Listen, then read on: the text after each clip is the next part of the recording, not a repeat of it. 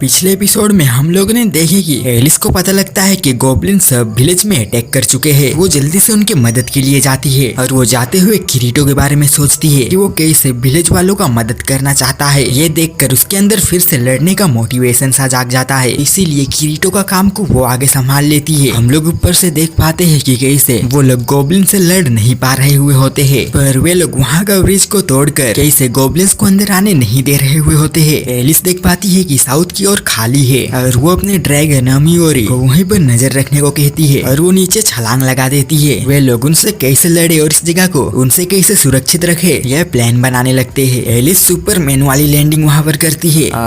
Okay, ये कहाँ से आ गई कहकर वे सब फुसफुसाने लगते हैं। एलिस वहाँ उनको समझाती है कि वे लोग और भी आने वाले हैं, अभी साउथ गेट खाली है तो आप लोग अभी यहाँ से निकल सकते हो। वो बंदा एलिस को यहाँ से भागने से इनकार करता है। एलिस उन्हें बताती है कि अगर तुम लोग यहाँ पर रुके रहोगे तो मर जाओगे। एलिस का डैड भी कहता है कि जिंग का ऑर्डर है कि हमें उनके कहे अनुसार ही चलना है। मैं यहाँ का विलेज एल्डर हूँ, पर मैं भी उसका ऑर्डर को ठुकरा नहीं सकता और ये लोग अभी भी उस लॉ को फॉलो कर रहे हैं। सिलिका अपने पिताजी को कन्विंस करने लगती है कि हमें सिस्टर का बात को सुनना चाहिए और वो ये भी कहती है कि किसी भी लॉ से ज्यादा इम्पोर्टेंट हमारा लाइफ है। वो अजीब आदमी कहने लगता है, सोच समझ कर अपना मुंह खोला करो, हम अपने घर को छोड़ नहीं सकते। और वो बंदा इन सब चीजों का ब्लेम एलिस के ऊपर डाल देता है कि अगर वो बचपन में डार्क टेरिटरी में नहीं जाती तो गॉब्लिन सब यहाँ पर कभी नहीं आते। एलिस फिर अपने नाइट वाली अवतार में आकर उन सबको कहने लगती है, यहाँ से तुम सबको अभी निकलना होगा, ये मेरा ऑर्डर है। वो बंदा एलिस के नाइट होने के बाद पर भरोसा ही नहीं करता है क्योंकि उनके विलेज में से आज तक कोई नाइट नहीं बना था। एलिस फिर अपना हुडी को हटाते हुए रिवील करता है कि वो एक रियल नाइट है। वो बताती है कि सीएम चर्च के उन 3 नाइट्स में से ये भी एक है और वो उन्हें अपना इंट्रिगिटी नाइट वाला नाम बताती है, एलिस सिंथेसिस 13। वो सब उस इंट्रिगिटी नाइट देखकर हैरान हो जाते हैं। इसकी बहन को भी ये बात पता नहीं थी। एलिस उसको कहती है, मैं बताने से डरती थी। सिल्का को पहले से ही लगता था कि वो लोग क्रिमिनल नहीं हो सकते थे। एलिस का पिताजी भी फिर उन्हें यहाँ से ले जाने के लिए राजी हो जाती है और वो उन सबको ऑर्डर देता है कि साउथ गेट से जल्दी से निकलो। फिर एलिस अपने पिताजी को कहता है सुरक्षित रहना और इन सबको भी सुरक्षित रखना। उसका पिताजी कहता है जी माय लेडी और वो दोनों बाप बेटी एलिस को आप भी सुरक्षित रहना कहते हैं। एलिस फिर अपना ड्रैगन अमायूरी को बुलाती है। गॉब्लिन्स और वॉर्क भी उस जगह पर घुस आते हैं। वे लोग फिर वहाँ से पीछे हटने का बात करते हैं। तभी वो लोग देख पाते हैं कि एलिस अपने ड्रैगन में आते ही आधे से ज्यादा गॉब्लिन और वॉर्क को खत्म कर देती है। वो लोग ये देखकर हैरान हो जाते हैं कि उसके पास एक तबाही मचाने वाला ड्रैगन था। तभी वो गॉब्लिन्स उन पर अटैक करने लगते हैं। एलिस उसको बचाती है और कहती है जाओ और उनकी मदद करो यहाँ से निकलने के लिए। गॉब्लिन एलिस को मारने का बात करने लगता है। एलिस अपने हाथों से ही उसका वेपन को चकनाचूर कर देती है और वो एक स्लैश में ही उसका काम तमाम कर देती है। और हम देख पाते हैं वहाँ पर हजारों की संख्या में गॉब्लिन और वॉर्क उस जगह में दस्तक दे रहे हुए होते हैं, जो कि ये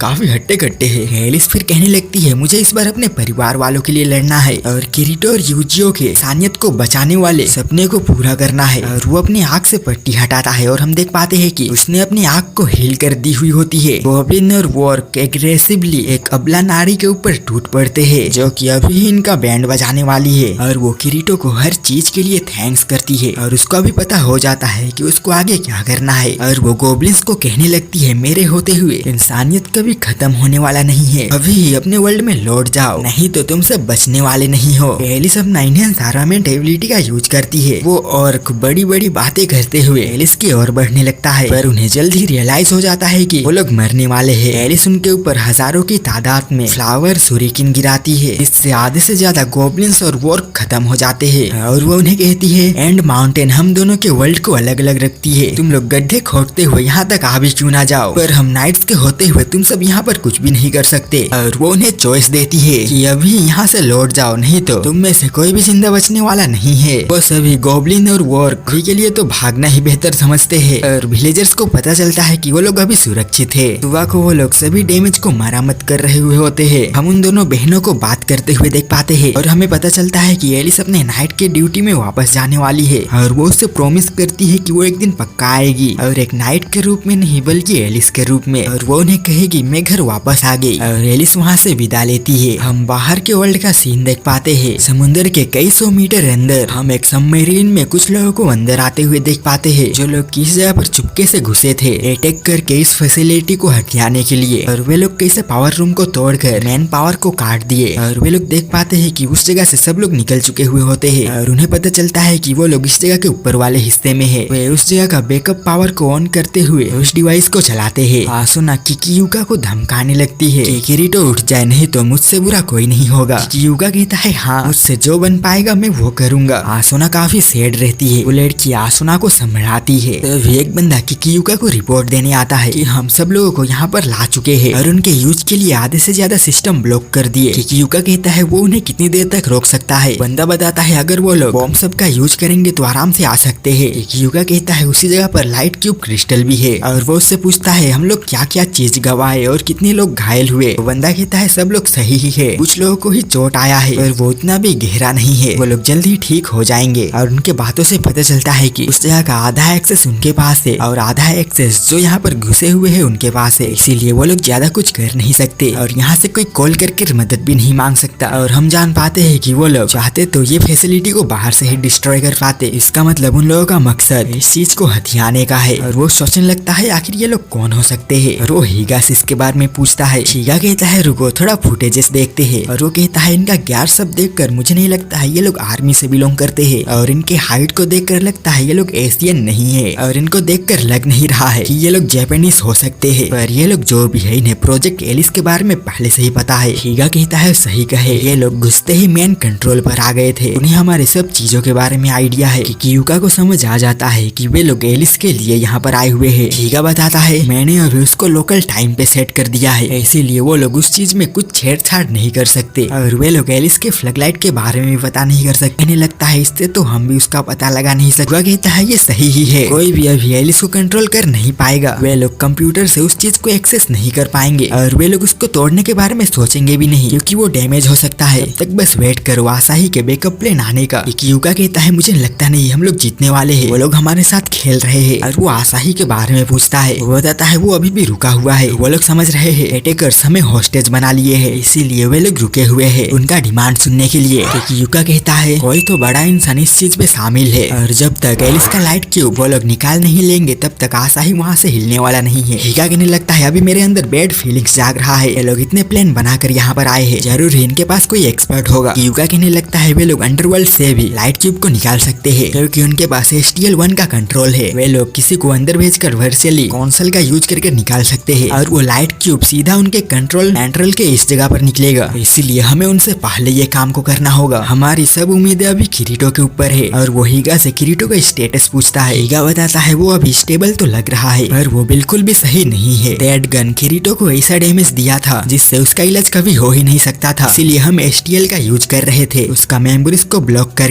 इस वर्ल्ड में भेजकर। पर इस बार उसका मेमोरी ब्लॉक नहीं हो पाया और वो उस वर्ल्ड में अपने मेमोरीज के साथ ही जागा। और जब उसने हमें कॉल किया था तब हमें इसके बारे में पता चला। वो लड़की पूछती है अंडरवर्ल्ड में टाइम काफी फास्ट चलता है तो उसका ऐसे गए हुए वहाँ पर उसको कितना साल बीता होगा। हीगा बताता है 2.5 साल। वो इतने समय तक आर्टिफिशियल फ्लैशलाइट के साथ ही रह रहा है जैसे कि वो लोग रियल इंसान हो, पर उसको ये नहीं पता कि जैसे सिमुलेशन एंड होगा वो सब लोग इरेज कर दिए जाएंगे। इसीलिए वो सेंट्रल कैथेड्रल पर गया था ताकि वो वहाँ से हमें कांटेक्ट कर सके ताकि हम उस वर्ल्ड को फिर से इरेज ना करें। उसने अपने फ्रेंड्स सब के साथ मिलकर एक्सियम चर्च से फाइट किया और वो उनके डेथ को खुद पर ब्लेम करने लगा। तभी वो लोग पावर सोर्स को काट दिए, इसी की वजह से उसका फ्लैशलाइट उड़ गया और उसका ईगो डीएक्टिव हो गया। और वो उन्हें किरीटो का फ्लैशलाइट को दिखाता है और वो काले रंग का किरीटो का सेल्फ इमेज को दिखाता है जो कि उसके ही आइडिया से बनने वाला एक चीज था। इसीलिए किरीटो का उस फ्लैशलाइट को डिस्ट्रॉय होने के कारण वो पैरालाइज हो चुका है और मुझे लगता है उसको उसकी मेमोरीज भी याद नहीं होगा और वो कुछ बोल भी नहीं सकता, इसीलिए हम उसका कुछ मदद भी नहीं कर सकते। आसुना उसके पास आई हुई होती है, तभी वो किरीटो के पास और एक STL देख पाती है। दूसरे और हम लोग देख पाते हैं कि वे लोग कंप्यूटर से एलिस को एक्सेस कर नहीं पा रहे हुए होते हैं और हम उन्हीं में से एक बंदे का फेस देख पाते हैं और पता नहीं कि उसका फेस जाना पहचाना सा लग रहा है। और इसी के साथ ये एपिसोड यहाँ पर खत्म होता है। और हाँ मुझे पता है ये एपिसोड में ज्यादा कुछ हुआ नहीं, बस स्टोरी को खींच रहा था ये एपिसोड, पर मैं बोला हूँ ना ये सीजन आपको बिल्कुल भी डिसअपॉइंट नहीं करेगा। ये एपिसोड कुछ दिन बाद आने वाला है और आज हमारा दिवाली है तो हैप्पी दिवाली। आज कुछ क्रिंज आने में देखने वाला नहीं हूँ, दिवाली मनाता हूँ, बाय बाय।